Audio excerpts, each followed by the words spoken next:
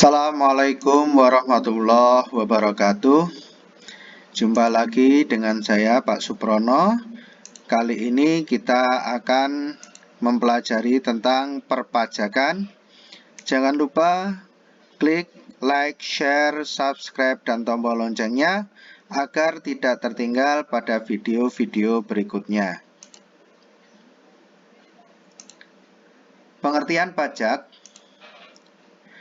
Pajak adalah iuran yang harus dibayarkan oleh setiap wajib pajak kepada negara. Ciri-ciri pajak. Yang pertama, merupakan iuran wajib. Yang kedua, berdasarkan norma hukum. Yang ketiga, sumber pembiayaan pengeluaran kolektif. Yang keempat, sarana untuk meningkatkan kesejahteraan umum. Yang kelima, balas jasa yang tidak diberikan secara langsung. Jadi ini merupakan ciri-ciri pajak. Sebagai penekanannya merupakan iuran wajib dan di sini ada norma hukum karena dilindungi oleh undang-undang. Kemudian balas jasa itu tidak secara langsung karena kita setelah membayar pajak tidak bisa langsung merasakan fasilitas yang bisa kita dapatkan dari pembayaran pajak. Fungsi pajak yang pertama adalah fungsi budgeter. Pajak merupakan sumber penerimaan utama negara. Yang kedua, fungsi reguler. Pajak merupakan salah satu instrumen untuk mengatur perekonomian. Terutama di sini apabila perekonomian sedang lesu, maka pajak berfungsi mengatur bagaimana caranya perekonomian bisa kembali pulih seperti semula. Stabilisator. Pajak merupakan salah satu alat untuk menjaga stabilitas perekonomian. Stabilitas di sini terutama berhubungan dengan inflasi dan deflasi yang nantinya akan digunakan bersama-sama dengan alat stabilisator yang lain yaitu APBN serta alat yang lain yaitu kebijakan moneter.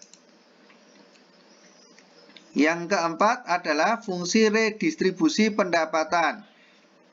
Pajak berfungsi untuk pemerataan pendapatan dan perekonomian.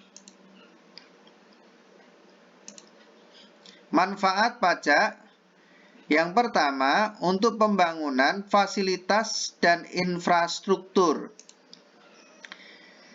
Yang kedua, pajak dipergunakan untuk dana alokasi umum dan dana alokasi khusus. Pajak dipergunakan untuk pemilihan umum. Yang keempat, pajak dipergunakan untuk penegakan hukum.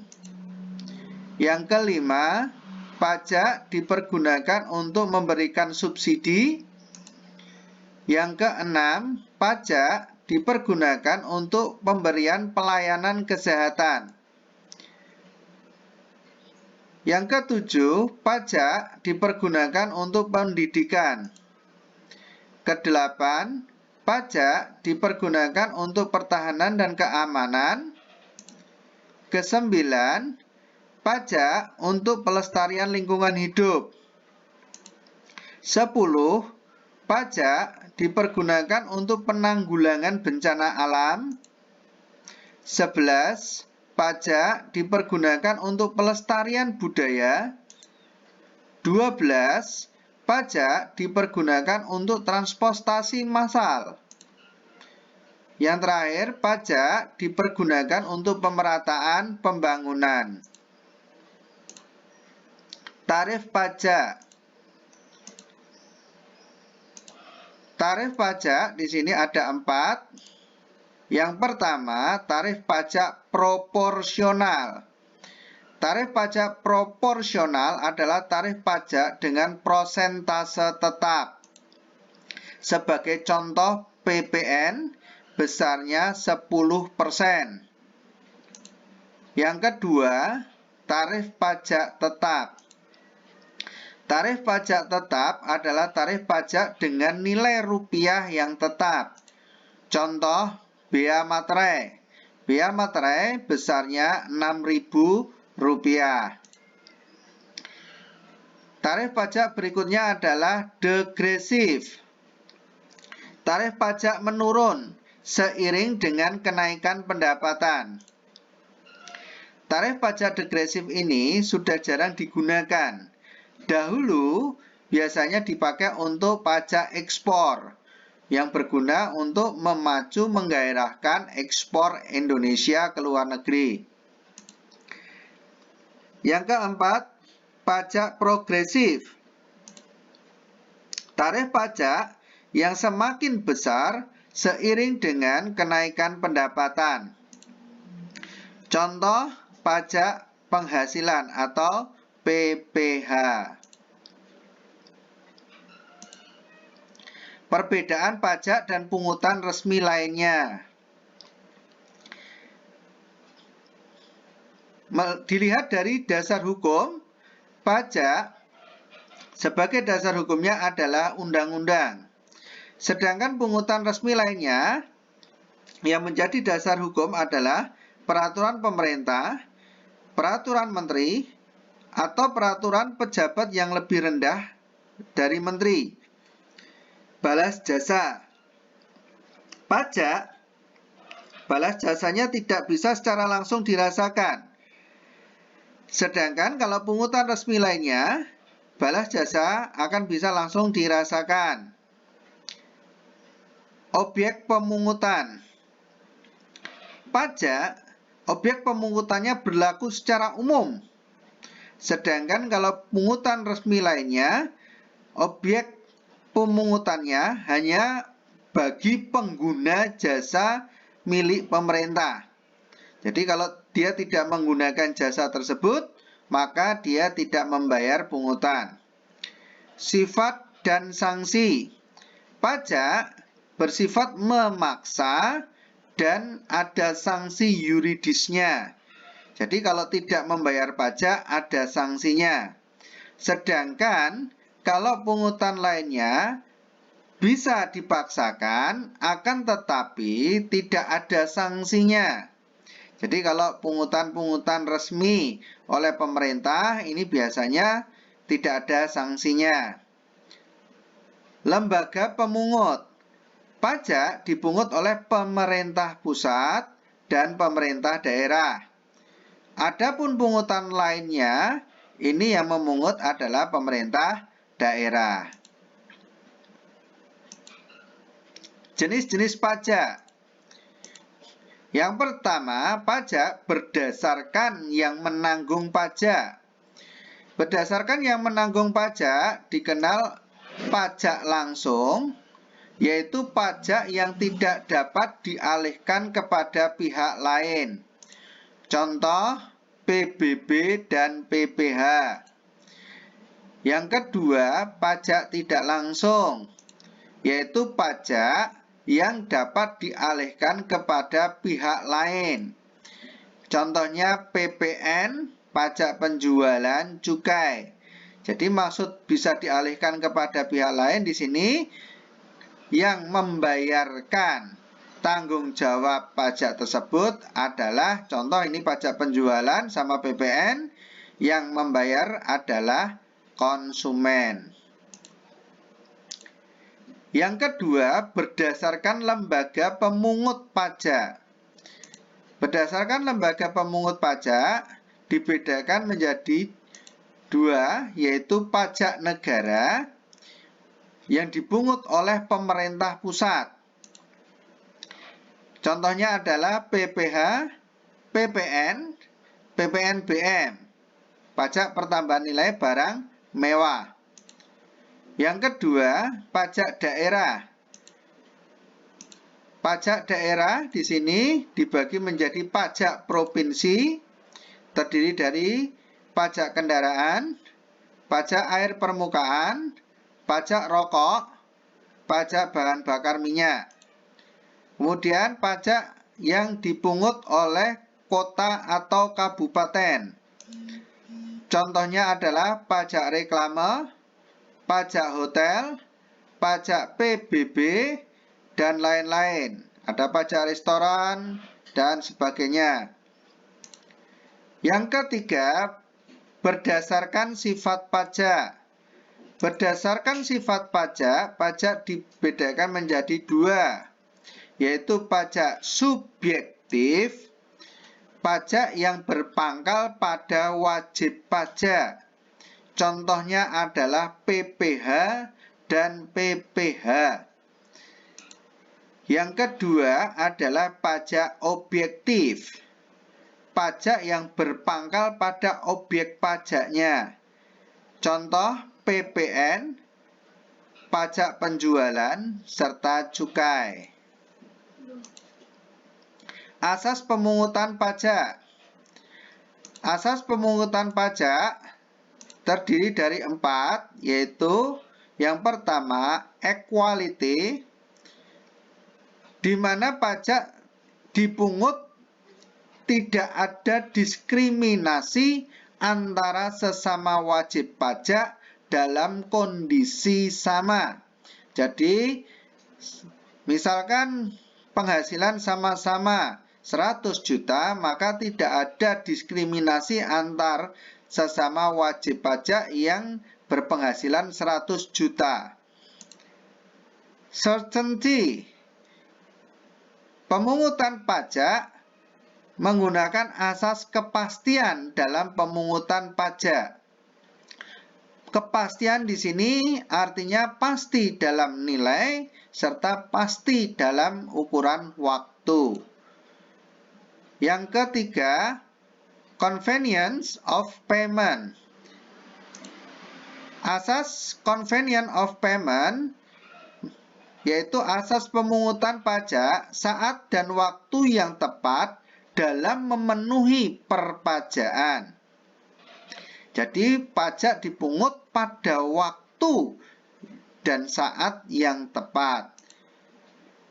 Yang keempat adalah asas ekonomi, di mana biaya pemungutan pajak tidak boleh lebih besar daripada jumlah pajak yang dipungut. Sistem pemungutan pajak. Yang pertama adalah Official Assessment System.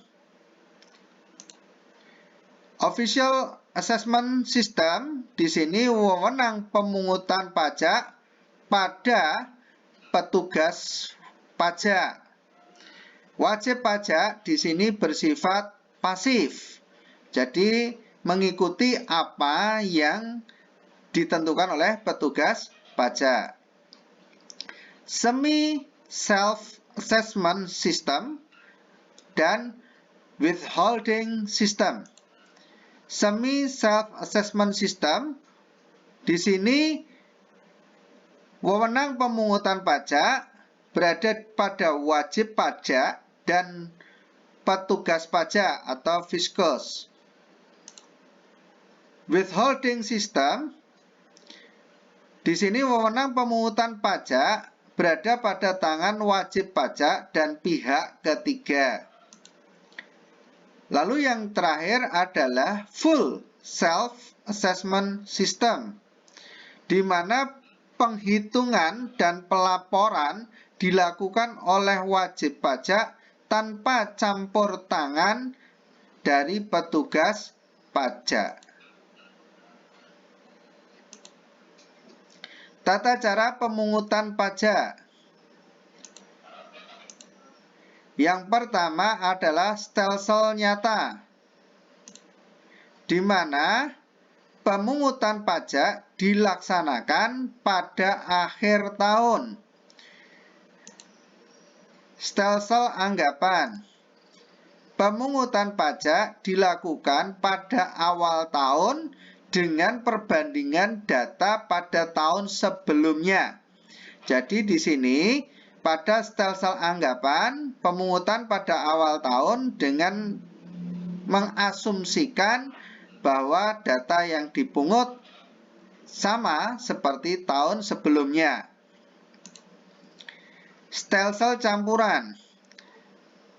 Tata cara yang stelsel campuran di sini, pemungutan dilakukan pada awal tahun dengan anggapan dan akhir tahun didasarkan pada kenyataan. Jadi pendataan mulai di awal tahun, kemudian disinkronkan dengan kondisi pada akhir tahun. Contoh penghitungan pajak. Contoh penghitungan pajak PBB.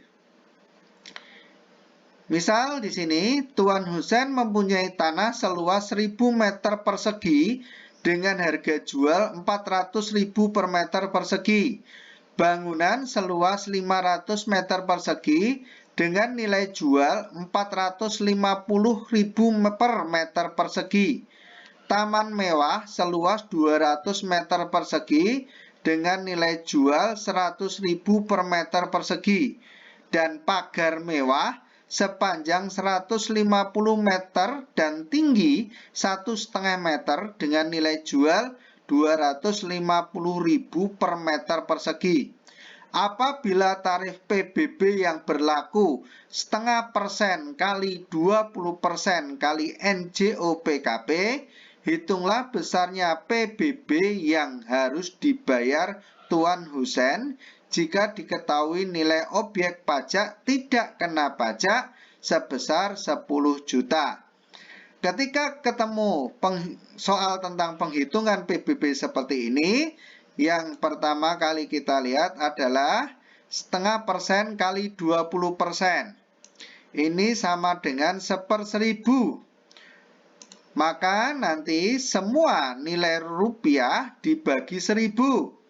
Kita lihat yang ada nilai rupiahnya 400.000 menjadi 400, 450 menjadi 450, 100.000 menjadi 100, kemudian 250.000 menjadi 250, serta 10 juta menjadi 10.000. Kemudian kita masukkan dalam hitungannya tanah.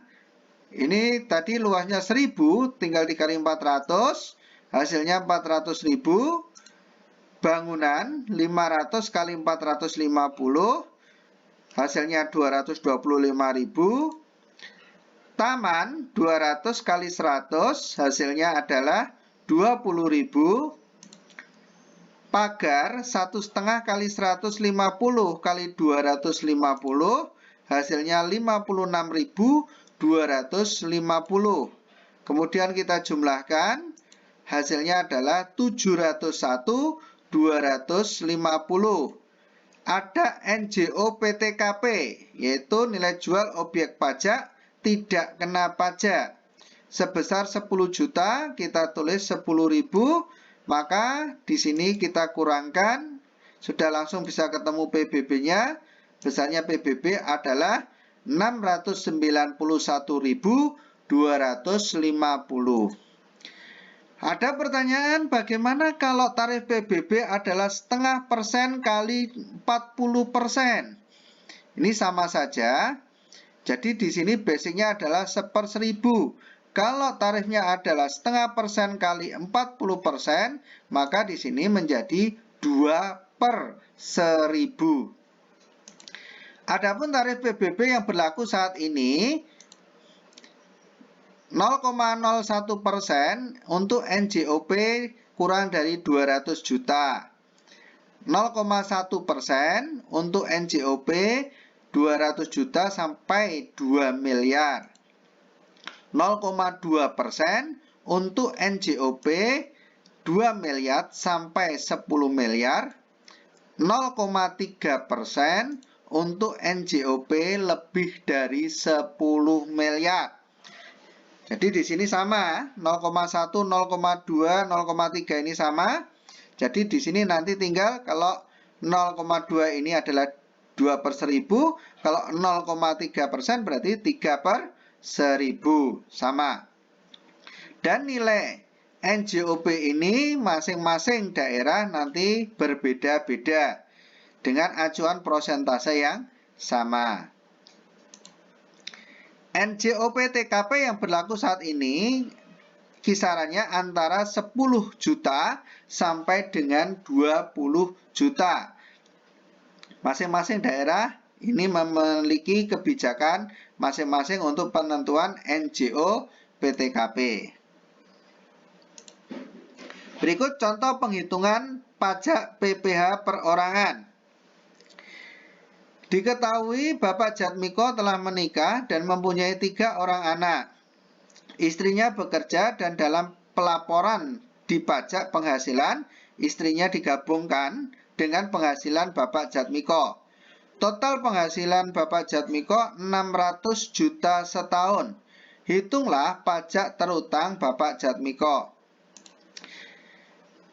Penghasilan kena pajak sama dengan penghasilan bersih setahun dikurangi penghasilan tidak kena pajak.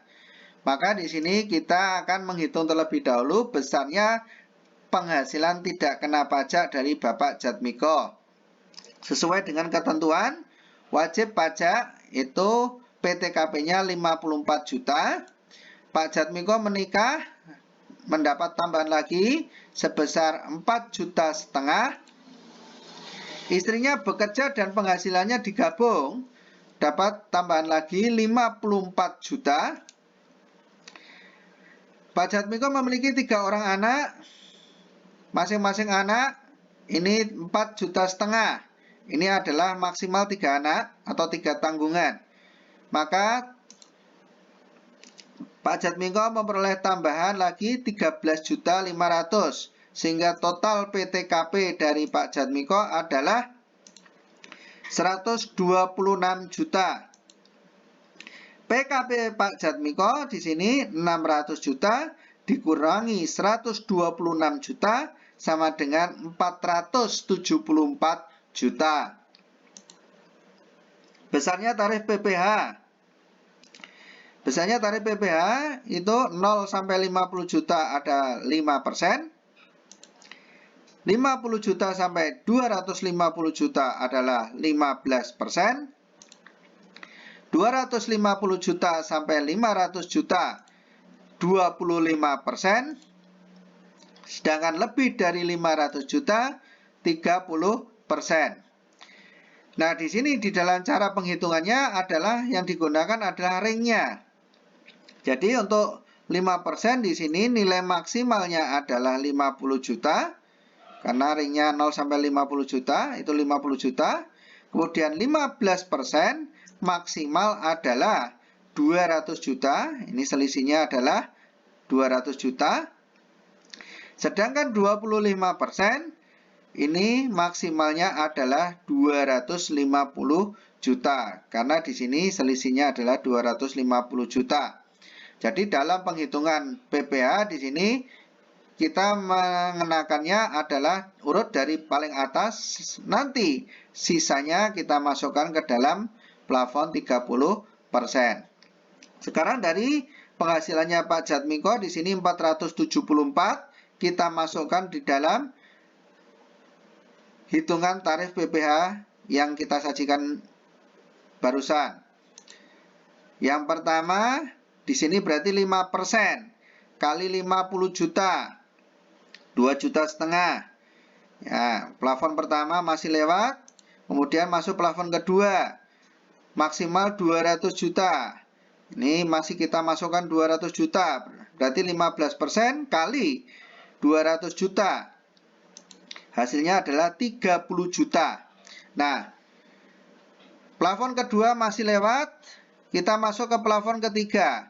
Plafon ketiga di sini maksimal 250. Tetapi untuk penghasilannya Pak Jatmiko, di sini kekurangannya hanya tinggal 224.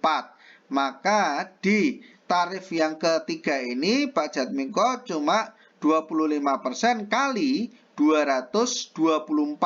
Hasilnya adalah 56 juta. Sehingga PPh yang harus dibayarkan oleh Pak Jatmiko sebesar Rp88.500.000. Contoh penghitungan pajak PPh badan. Pada tahun 2019, PT Sejahtera Sentosa memiliki penghasilan bruto atau laba bruto 25 miliar. Dengan total biaya yang diperkenankan menjadi pengurang penghasilan sebesar 22,5 miliar. Berapakah pajak terutang untuk tahun 2019? Mulai tahun 2010, tarif pajak badan adalah 25%.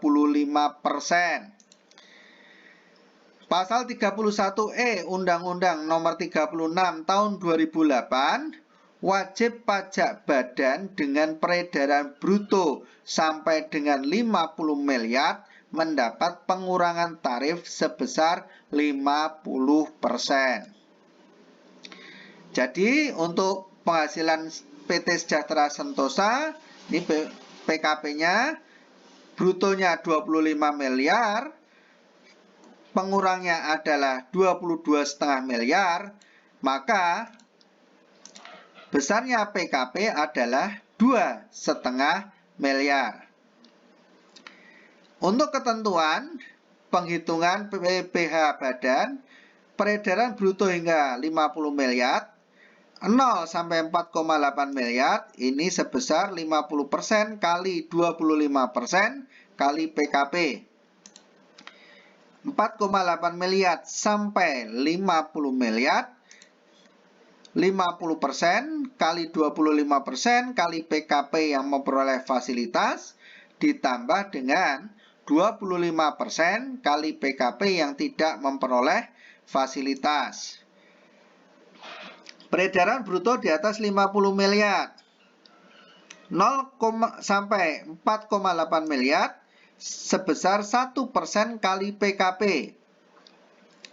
4,8 miliar sampai 50 miliar ini adalah 0,25 dikurangi 0,6 miliar dibagi penghasilan kotor, kemudian dikali PKP. Lebih dari 50 miliar, tarifnya adalah 25% kali PKP. Nah, tadi kita sudah memperoleh penghasilan bruto dan telah memperoleh PKP-nya dari PT Sejahtera Sentosa sebesar 2,5%. Mari kita masukkan dalam penghitungannya. Berarti dia memiliki penghasilan bruto hanya sampai 50 miliar. 4,8 miliar dibagi 25 miliar kali PKP-nya 2,5 miliar. Dari mana 4,8? Yaitu pada ketentuan 0 sampai 4,8 miliar. Ini ya. Sehingga di sini penghasilan pajak yang dibebankan adalah 480 juta. Penghasilan kena pajak dari bagian yang tidak mendapatkan fasilitas. Kalau tadi adalah PKP untuk yang mendapat fasilitas, itu 480 juta. Sekarang yang tidak mendapat fasilitas. Untuk yang tidak mendapat fasilitas berarti tinggal kita kurangkan dari 2,5 miliar dikurangi 480 juta. Berarti di sini PKP-nya 2 miliar 20 juta. Sehingga PPh-nya terutang yang pertama 50% kali 25% kali 480 juta sebesar 67 juta 200. Kemudian 25% kali 2 miliar 20 juta sebesar 505 juta. Sehingga di sini PPh terutang sebesar 505 juta ditambah 67 juta 200, maka besarnya adalah 572 juta 572 Rp72.200.000. Demikian paparan video kali ini. Ikuti terus pada video selanjutnya. Kurang lebihnya mohon maaf. Akhirul kalam. Wabillahi taufiq wal hidayah. Wassalamualaikum warahmatullahi wabarakatuh.